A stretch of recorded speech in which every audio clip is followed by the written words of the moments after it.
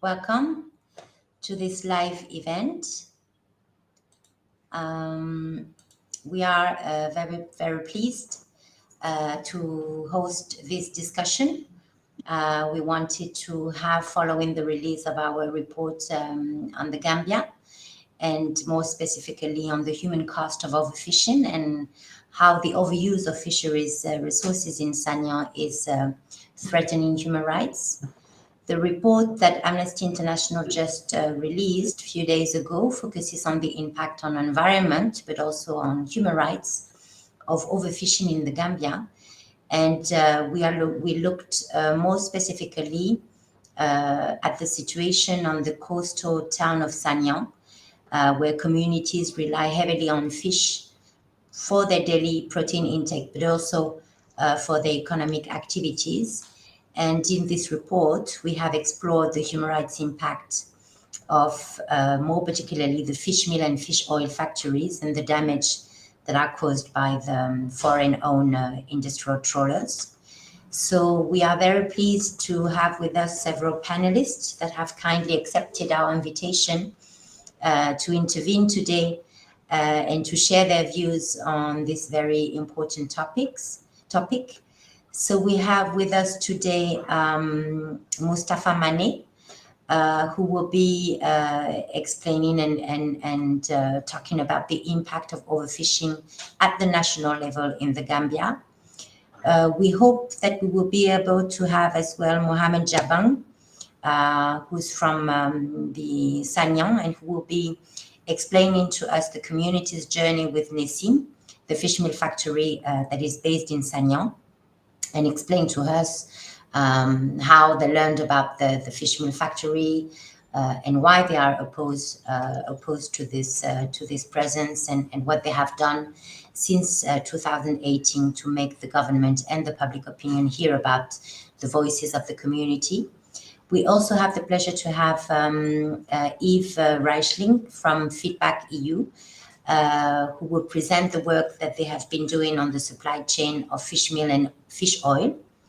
And we will also have a short presentation from Michel Eken, our researcher at Amnesty, who worked on the report, who will be focusing on the impact of illegal fishing and also the recommendations that are included in our report. So each panelist will make a 7-minute presentation. You can, from now, share your questions in the chat. And at the end of the presentation session, the panelists will answer your question. So let's start now with Mustafa Mane. Mustafa, you have the floor. Thank you. Thank you so much. It's a pleasure being here. Yes, I am Mustafa Mane, and I'm from the Gambia. I am a journalist, but also an activist who have been campaigning and writing stories about fish meal factories, investigating fish meal factories for the past 6 years. So fish meal have serious impact, but like I said, my topic is going to be based on the overfishing aspect of it. So overfishing have not only destroyed the artisanal fishing vessels' livelihood, but it has also a serious implication when it comes to food security. Understanding that Gambia is a country that populations depend on fish for their daily protein, and the kind of fish that the fish mills are trying to use is the kind of fish that the local people can afford because it's the most accessible and also the most affordable. So now you have vessels all the way from Senegal, because Gambians are generally not known for fishing because fishing is associated to a tribe, and these tribes are usually Sereres and the Wolofs, and this tribe are mainly found in Senegal. So for that being the case, overfishing have a serious impact. For example, the fish meal demand a lot of order. Fish meal need massive tons of fish to process. Am I audible? It's like I'm fresh. No, we can hear you. Please go ahead. We can hear you very well. So these fish meals, because Gambia have three. One is in Kartong, where I come from. And the other one is in Gunjur. But all these fish meal factories demand a lot of fish. So the boats that are in the Gambia cannot supply them because they don't have the capacity. So now what they do is they have to go and source their fish somewhere else. And the closest that they can go is Senegal. So Senegal again have massive boats that we call filatrunes. And filatrunes have a net that is so small that they don't leave any fish in the water. So that's why overfishing have destroyed the artisanal fishing vessels. So now, okay, the fish mill have to depend on these people to have fish. So now this is what really encourage overfishing, because the fish mill can buy any kind of fish, whether it is fresh or it is rotten. So instead of going and coming back before the fish got rotten in order to sell to the local people, now they won't do that because they can stay in the water for so many hours, try to fish in order to have massive amount, and they don't care whether it is rotten or not. One, that is what lead to overfishing. In the Gambia before, fishermen, they don't need to go far. If you talk to so many fishermen, they will go like, we don't need to go far. We don't need to go even beyond 6 nautical miles in order to have the fish that we need, because then their only target is to supply the local fishermen. It's just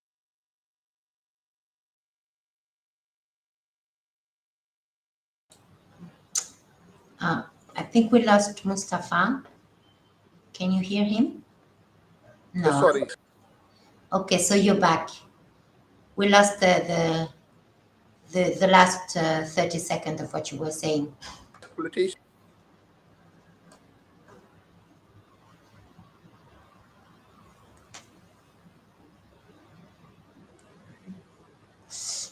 I think you're back now. We have some issues. The connection is not good. Can you hear us, Mustafa?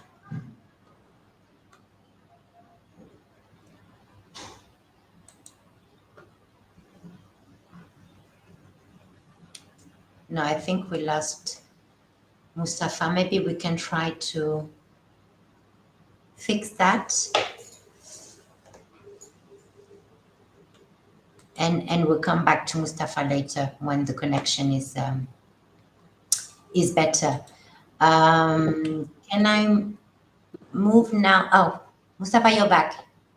Yes, I'm back. Sorry for that. So Okay, please. let me go quickly in order to finish it. So like I said, overfishing has a serious consequences. And like it's not only a threat to food security, but it's also a threat to security. Because, for example, the people who are into this, who are into fishing, are young people. And the young people, like I said, these are families, are tribes that doesn't send their kids to school. So they train their kids as early as 3, 4, 5 years in order to be a fisherman. So they don't need to send them to school for them. They believe that fishing is part of their life, it's part of their culture, and it's part of their tribe. But now overfishing is sending them out of that job.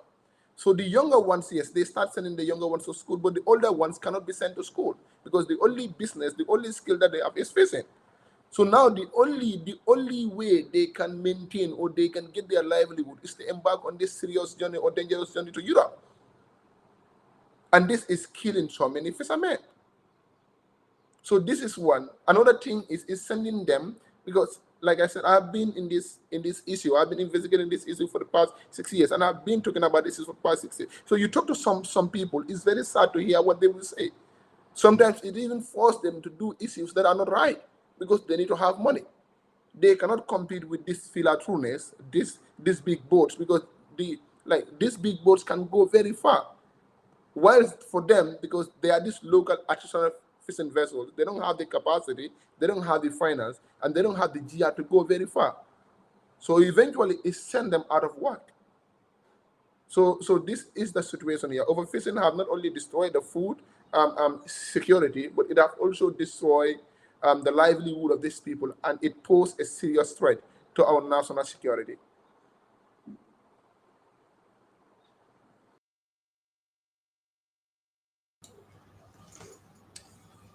Thank you, Mustafa. Thank you so much for this very interesting insight. I think it's really important. Our report showed the important impact on human rights, on livelihood, on environment of the fish meal factories and the fishing industry, overfishing in the community, specifically in the community of Sanyang. But as you have just explained, this is not only an issue in Sanyang, but in several coastal towns of the country, and I would say even in the coast west, the coast of West Africa, in many other countries. Can I ask, since we are still waiting for Mohammed to join, maybe Jan, could you please, from Feedback EU, if you could, yes, you have the floor now, and if you could explain the importance of the supply chain of fish meal and fish oil industries. Yes, thank you. Thanks a lot, and thanks a lot, Mustafa, for your presentation. So I'm Yves, project manager at Feedback, and we have a project currently going called Our Fish, or Notre Poisson, where we and partners are working to prevent the destruction of fish stocks and livelihoods in West Africa due to the fish meal and fish oil industry. And we do this through research, journalism, campaigning, advocacy, and work with grassroots organizations. And we're proud to do all this with allies such as Rampao, so the regional network for West African marine protected areas, West African Association for the Development of Artisanal Fisheries, that's WADAF, the Sub-Regional Fisheries Commission, SRFC, the Regional Partnership for Marine and Coastal Conservation in West Africa, that's the PRCM, Greenpeace Africa, DSMOG, being journalists, and Lancaster University.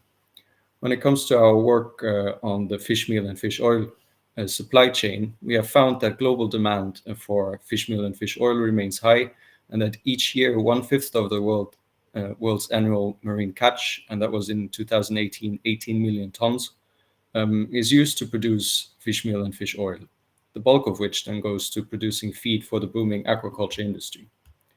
We've seen that the international FMFO, so fish meal and fish oil industry, expanded into West Africa, to the Gambia, but also Mauritania and throughout the western coast of Africa, where in 2020, fish oil exports increased to a point where they put the country, so Mauritania, into the top 10 producers worldwide.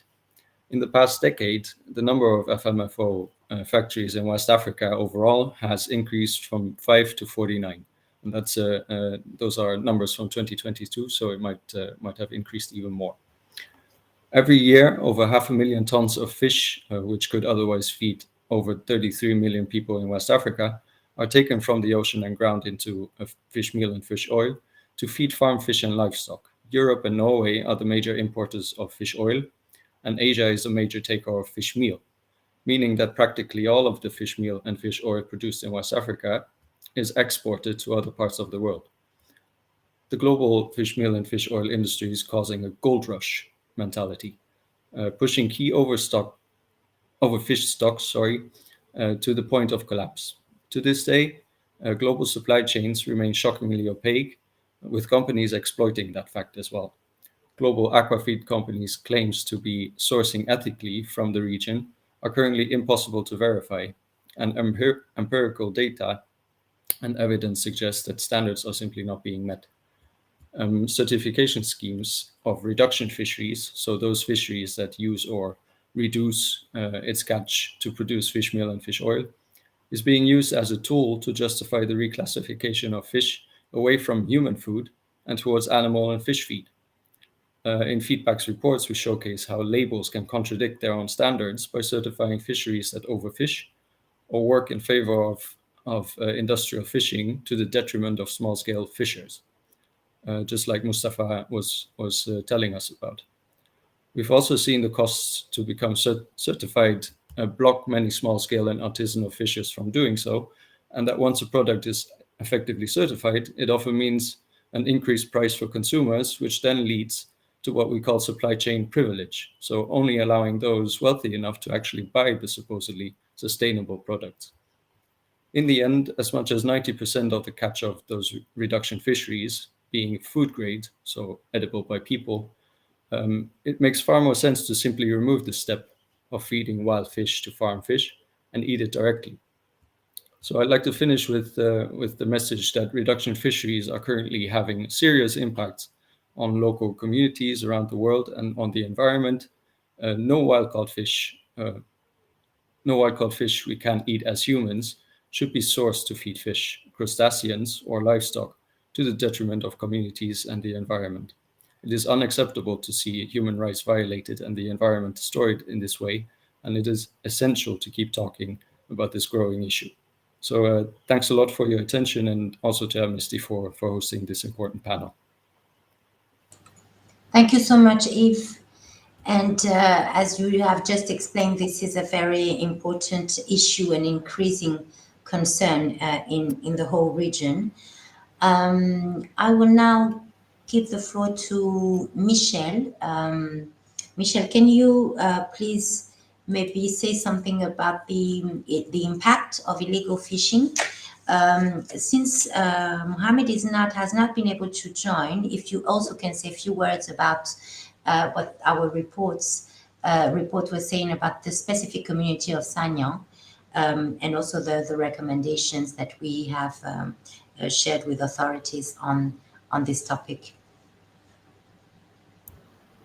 Thank you, Samira. As Samira mentioned, recently Amnesty International published a report focusing specifically on the village of Sanyang in Gambia and the impact of all fishing actors on the population and the environment. That also means we look at the right to work, how the right to work is affected, the right to food, the right to healthy environment. And we really look at all fishing actors that may have an impact on the human rights of Sanyang people. That means the fish meal factory there, but as well all the foreign industrial boats fishing there that sometimes fish legally, but also illegally. And one of our main findings, our first finding, is that there's a lack of information and transparency in the fishing industry. Concerning the fish meal factory, all of them supposedly went through an environmental impact assessment studies. That's what the National Environmental Agency told us. But none of the environmental impact studies that all those fish meal factory went through, there are 3 right now in Gambia, are public. They are not accessible. And as Amnesty, we asked for it and we're not given the environmental impact. So impossible to know how the impact it can have on the environment and the population was assessed by the Gambian government. That's one thing that's not accessible. In Sanyang in particular, and I wish Mohammed was here to talk about that, the fisherman factory there said that they talked to the community before they set up. But what we found going there is that the consultation was not thorough enough.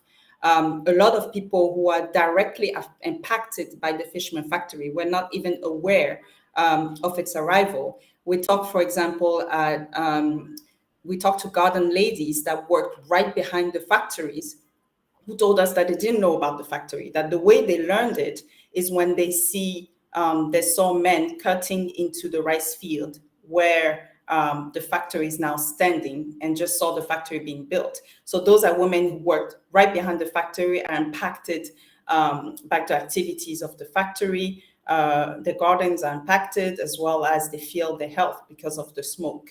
That's one thing for the fisherman factory. When we talk about the foreign boats fishing in Gambia, some of them are fishing under agreements, but the Gambian government does not systematically publish the agreements they have with foreign governments. The only one that we can find online is with the agreements that the Gambia government has with the European Union.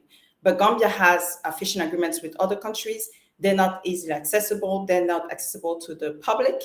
And for the most part, they're not even approved by the parliament, which is a requirement of the constitution. All those type of agreements needs to be reviewed by a representative of the population, and that's not the case. In addition to that, there is no registry with the list of all the boats that are fishing off the coast of Gambia. So it's impossible to know for the public what's going on in their seas. So all this shows a lack of transparency, a lack of information, and that's a violation of the right of information of Gambian people. And that lack of information and transparency contributes to worsen the problem of illegal, unreported, and unregulated fishing. This is basically means that boats, sometimes foreign boats fishing in Gambia, fish with no permit at all. Some of them have permits and fish under agreements, but they also fish illegally because they go beyond that agreement. For example, one of the most common thing is that they fish with the wrong mesh size, and they catch fish that they are not supposed to catch, or they fish, Mustafa talked about this, they fish closer to the shore they are allowed to. There is 9 nautical miles that are reserved to traditional fishing in Gambia. And often foreign boats industrial foreign boats go into that area that's reserved for traditional fishing and fish illegally there. And this is not just a Gambian issue, it's a regional issue. The Institute Security Studies found that about $2.3 billion of dollars is lost annually to illegal fishing in Gambia, Sierra Leone, Mauritania, Senegal, Guinea, and Guinea-Bissau. So it's a huge regional issue. That number shows at the local level. You see the impact of illegal fishing when you talk to traditional fishermen in Gambia. They said that they have a harder time finding fish. They have to stay longer at sea. They have to fish further.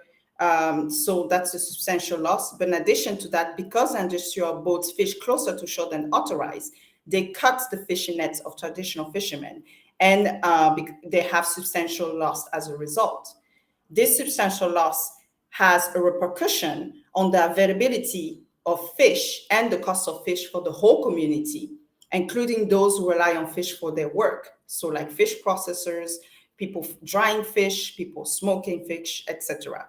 So all in all, this means that the community has less fish that they use for the principal source of protein, but also for their economic activities. I'll give you an example so you can really visualize the impact of this. We talked to a fisherman who said that since 2016, he lost 100 nets because of those industrial trawlers. In one day in 2022, he lost about $700 worth of material. So what are the recommendations we have in the report? We have a lot of recommendations. I will focus on the main one. One of the main one is about transparency. We asked the Gambian government to publish all information, including fishing agreements they have with foreign governments, that those fishing agreements needs to be approved by the parliament. They need to have a registry of all the boats fishing off the Gambia coast. They need to publish all the environmental impact assessment of all 3 fish meal factories. The second most important recommendation is to provide enough resource to the Gambian Navy to fight illegal fishing. That means enough trained staff. That means enough monitoring tools. That means enough boats to be able to help the Gambian coast. A third recommendation, important recommendation that we make in the report, is to limit the licenses provided to foreign boats and to limit the production of the fish meal factories according to the fish stocks available and the need for local consumptions. Because right now, foreign industrial boats and fishermen fishing for the factory fish species that are deemed overexploited by the UN Food Agriculture Organization, including pelagic fish such as bonga fish, sardinella fish, that are used for the community, that are essential for the community. And if nothing is done, we're going towards a human and an ecological catastrophe. Thank you.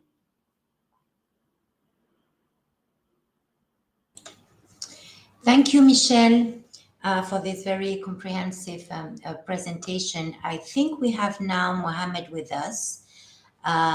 So please, Mohammed, if you can share with us the experience of the community in Sanyang and explain to us what was the journey the experience with the fishing, the fish meal factory, and also all the actions that were taken by the community to raise awareness about the situation and make the communities do heard by the government.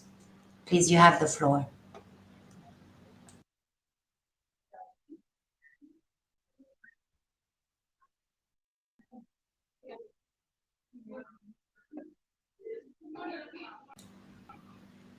Mohammed, can you hear us? Yeah, thank you. Yes, now we can hear you. All right, thank you. Am I audible?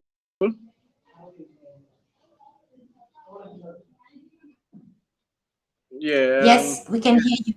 Mohamed Jabam from Sanyang, the Gambia. The community. Yeah, I'm hearing you. I am hearing you. You can hear me? Yes, there's a slight Okay. delay, so First, I will answered start it. how the community about the fish meat factory in Sanya here. That was started in 2016. That was the first time that the fish meat factory. But the other time they came with their officials together with a representative of the VDC, the then VDC of Sanya. They met with the Council of Elders and they discussed. And during that discussions, they lied to the Council of Elders that they are going to create over 400. They are going to employ over 400 youths from Sanya, which was a lie. But the elders being naive, wanting their sons and daughters to have employment, and they welcome them with open arms without asking much questions. And for them to establish their fact. Then in 2017, when the youths, that's when the youths realizing they came to the beach, measure the area where they are going to construct the factory. Realize it, and the youths ask questions: what is measurement for? What are you going to build here? And it's going to be a fish meal factory. And from our experience with the golden lead in golden lead was established before the Nessim fish meal factory. Since that our neighbors we are going through with regards to the godly lead, small resistance happened at the beach on that very particular day that they were even measuring. Few number of youths resisted and protest against the move, and they do their measurements, put their pegs and feeders. All of those were because the number of people against it at that time was too small. They eventually separated, and in 2018 they start operating. But when they start operation, that's when everybody became aware of it and everyone knew the negative consequences of the fishing factory, because if it smells, everyone is affected. So in 2018 they start operating, and when they start, by the time they start operating, no proper environmental impact assessment was done, no MOU with the community, and no treatment plant at their factory, even against their operational landscapes. But they were allowed to operate in 2018. Then resistance against the factory start momentum, and that's the time we also start. We established a youth group called Sanyang on the course in 2018 by then, so that we can organize and strategize ways so that to fight against the fish factory. Then in 2018, when they were on operating without MOU, without no treatment plant, what they used to do is that throw their liquid waste near the women gardens. That's where they throw their liquid, and that also caused lots of problems for gardeners at the gardens there. So pressure start mounting on, questions being asked because what they this liquid waste near the gardens, and that has a negative impact on the women gardens. That because of the smell, the flies it attracts, all of these and the pollution that it happens there. So the flies and the insects affect the crops of the gardeners. So that year 2018 was a total loss for most of the women there, and eventually some of them even has to stop gardening as a whole. Then the youth groups are now on the course planned a protest, but before we plan that protest, we do engagements, wrote to different ministries, but no one responded. And we planned a protest, and we seek for a permit. And before we were even granted a permit, we received officials from the Office of the President. And they came, they said the Office of the President was not aware of what was going on in Sanyang, which we have some questions over, because as a president, you don't know what is going on along the coastline. And we wrote letters before.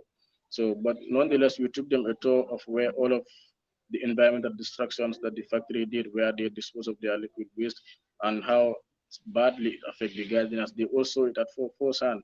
They promised to get back to us. Weeks passed by without hearing from them. Then pressure started mounting on. National Assembly Select Committee Environment also came on a site visit on the facilities too, all of the places that the fish mill destroyed and where they disposed their liquid waste to. Those ones too were surprised that and such a destruction of this magnitude is happening along the coastline. So they all claim not to be aware of it by then.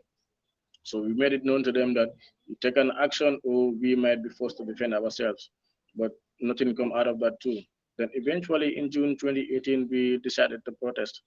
And surprisingly, before a night before our protest, GRTS visited, that's the state broadcaster, visited us with their camera crew and news crew, wanting us to publicly say in state media that we are not no more going ahead with our protest. We asked why should we do that, and our questions were not answered. We told them we are going ahead with our planned protest. The following day, we protested successfully. Thank God, it all went fine. And at that evening, I think either at that evening or a day after, we saw a letter from the Ministry of Fisheries suspending the Nasim Fish Mill factory because they have done something that is against their lancing. They were operating without no treatment plan. They were suspended for I think 6 months. And come December 2018, they start operating again. But all along, the community, the people of the community have been trying to fight, engage the local government authorities, engaging the central government authorities, but no one seemed to care to listen to the plights of the people of Sanyang. And the mill has a very, very big negative impact on the community. That's why we are against it. Because we will not just wake up one day and say that we are going to against the factory for no reason. But our land, our air, our water have all been polluted. So these are things that people depend on for their livelihood. The garden, the land, we depend on it for our livelihood. The gardening and agricultural purposes, they have been affected. The water is polluted because on seafood, fish for our daily source of protein because not everyone can afford a kilo of meat here in the Gambia. So people depend on the protein. So if the fish meal is competing with those people for fish, and eventually it leads to the mass decline in fish in our market local because what fish used to cost and what it now, it's scary. The cost alone is one side of it, but its availability in the local market is also another thing. No matter how expensive it is it even available in the market? That's a question that needs to be asked.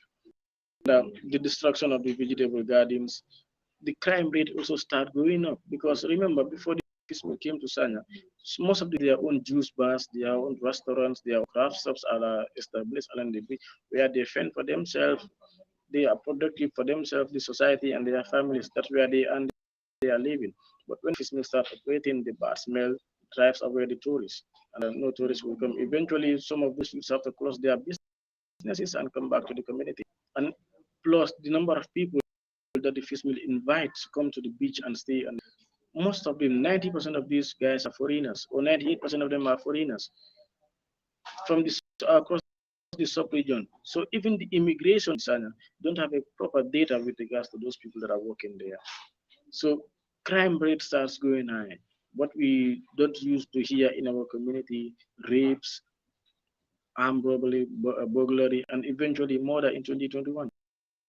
These are things that are not common in our community, but we start experiencing such kind of things in our community. And it all points towards one direction, that's the fish meal factory, which there is no about that. The establishment of the factory in the community has led to all of this high crime rate, raping, armed robbery, burglary, prosecution, you name them. And eventually in March 15, 20, it led to a point where one of our colleagues, who's even an uncle to me, Jibril Caesar, was murdered by one of the workers of a fish meal factory. Even the immigration don't know that that person is even staying in the Gambia. because they have no data for them. He went to rob, and eventually Jibril lost his life in trying to save his neighbor. And that led to a mass protest or riot or whatever one might call it. The police station was burnt down. The fish meal factory was partially burnt down. And not that the community want to be violent, but if people are pushed to the corner, they have no other option but to defend themselves. We have been crying for far too long, and the government is not interested in listening to our cries. And when one of us is murdered, no one can control his or her colleagues because everyone is angry at the same. Because people are angry, but Jibril's murder is like a spark that sparks the anger of people to come out, protest, riot, burn down the police station, partially burn down the fish meal factory, destroy some properties. And some of our youth, over 50 of our youth, we are arrested 4 days, over 50 of them arrested, and some prosecuted, some released. And as we speak, some of them are still going to court.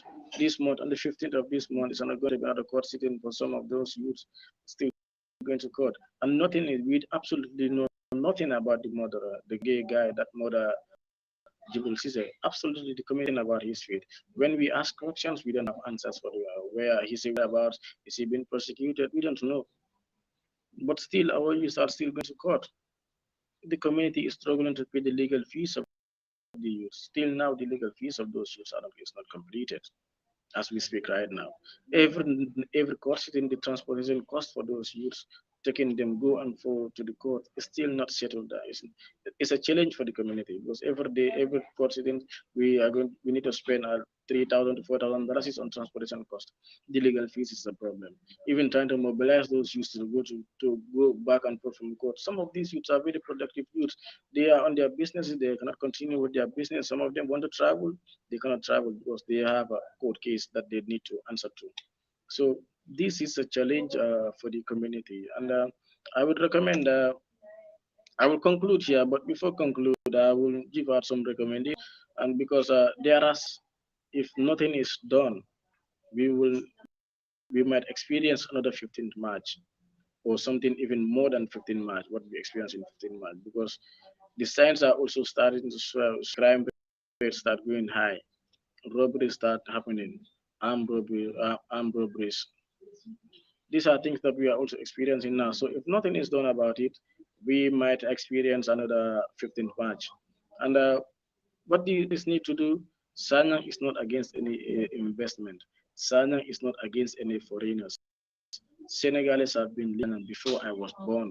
We have Senegalese in our compound who their grandfather was the first person to stay in our compound. But still now the grandfather stayed, the father stayed, are still staying in our my own particular. We have so many of such in Sanya. So Sanya against foreigners are misquoted because that's what the authority use, that Sanya is fighting against the Senegalese, but Sanya is not fighting against any Senegalese. To clear that. So we recommend for the government to close down the factory, compensate the victims of the factory. Those are the women gardeners, the youth that does their business as a result of the establishment of the factory. The government also need to listen to youth, to the masses. They need to listen to us. And also we recommend for the dropping of all charges against our youth. And I will conclude here. Thank you so much, Mohammed, for sharing the experience of your community in Sanyang. That's very important. And of course, these are a lot of elements that we have developed in detail in the report. We are almost coming to the end of this live event. Before we close, we have, I can see that there is one question for Amnesty about what Amnesty can do to help Gambian youth fight against injustice in the Gambian fisheries sector. So maybe Michelle can share with us one of the few actions that we are planning to engage on this issue, and maybe also give the opportunity to Eve and Mustafa if they want to add a few recommendations about what can be done next. Michelle? Yes, thank you, Samira, and thank you for this question. I think the first thing to do is what we try to do in the report, which is to document what is happening and to let people know what is happening. I think in Gambia and abroad, people don't really realize the impact that overfishing can have on a community, and also where that fish goes and how it's used. So that's important to document it, and that's what we did. And in the report, we have a set of recommendations to the government, to the fish meal factory, and to the international community benefiting from this fish. So that means people who come to fish in Gambia, as well as all the companies in the supply chain of fish meal factory who actually, use that powder fish to fish other fish in the aquaculture industry that is then eaten in Europe and abroad and Asia and America. So we are going to put in place now, and it started since the launch of the report, a global campaign to push for those recommendations and to try to support as much as we can the Sanyang community to change things. Thank you, Michelle. Mustafa, any recommendation?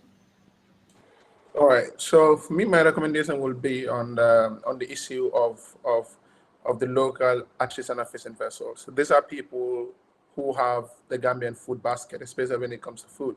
But most of them are now getting out of business. It's because they are competing with foreign investors who have a better capacity, better finance, and even better political will than them. So my recommendation is if Gambia government can prioritize more of this local artisanal fishing vessels and also have a patrol team to monitor our porous water, a water that is not being monitored for quite a long time, in order to protect the livelihood of these vulnerable artisanal fishermen.